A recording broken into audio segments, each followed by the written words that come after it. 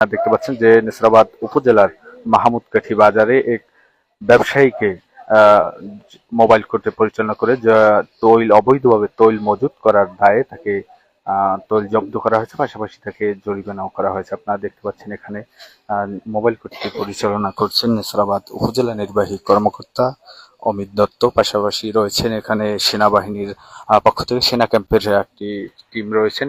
আমরা দেখতে পাচ্ছি যে নেসরাবাদ উপজেলার মাহমুদকাঠি বাজারে এই মুহূর্তে মোবাইল কোর্ট পরিচালনা করছেন নেসরাবাদ উপজেলা নির্বাহী কর্মকর্তা। তিনি একটি গোপন সংবাদের ভিত্তিতে এখানে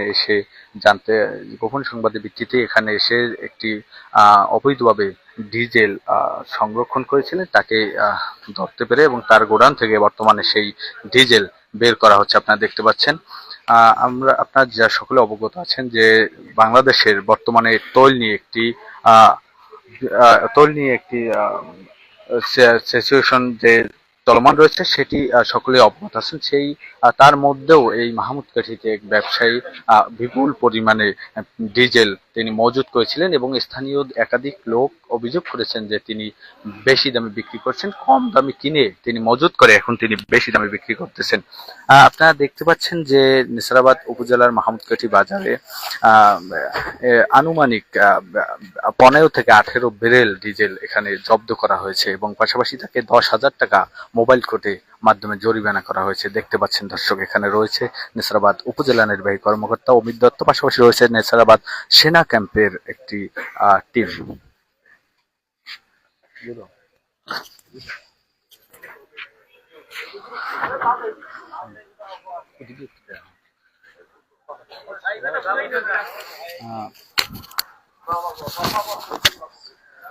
যেমনটি আপনারা দেখতে পাচ্ছেন যে নেসরাবাদ উপজেলার যিনি নির্বাহী কর্মকর্তা রয়েছেন তিনি সংবাদের ভিত্তিতে মাহমুদকাঠি বাজারে এসে দেখতে পান যে একটি গোডাউনে প্রচুর পরিমাণে ডিজেল মজুত করেছিল, সেই ডিজেল তিনি জব্দ করেছেন। পাশাপাশি সম্ভবত এখানেই সাধারণ ভোক্তাদের মাঝে বিক্রি করা হবে এমনটি আমরা শুনতে পেরেছি। আপনারা দেখতে পাচ্ছেন মাহমুদকাঠি বাজারে ব্যবসায়ী তিনি বিপুল পরিমাণে তৈল জব্দ করেছিলেন, তৈল সংরক্ষণ করেছিলেন বেশি দামে মুনাফা বৃদ্ধির আশায় এবং বেশি দামে বিক্রির জন্য। সেই সাথে সাথে এখানে দেখতে পাচ্ছেন যে স্থানীয় লোকজন তারা কিছুটা ক্ষোভ প্রকাশ করেছেন যে তিনি বেশি দামেই দীর্ঘদিন যাবৎ বিক্রি করে আসছেন এই ডিজেল।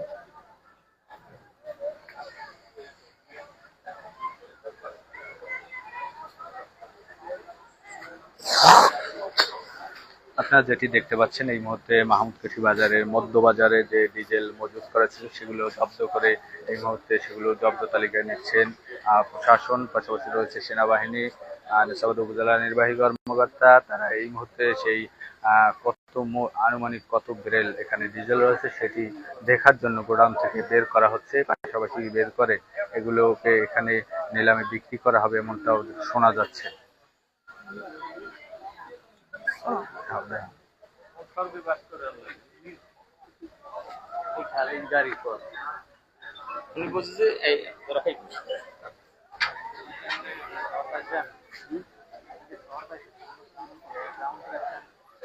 মোবাইল কোর্টের মাধ্যমে এখানে তাকে 10,000 টাকা জরিমানা, পাশাপাশি তার যে অবৈধভাবে মজুতকৃত যে ডিজেল রয়েছে সেই ডিজেলকে জব্দ করে নেসরাবাদ উপজেলা প্রশাসন এই মুহূর্তে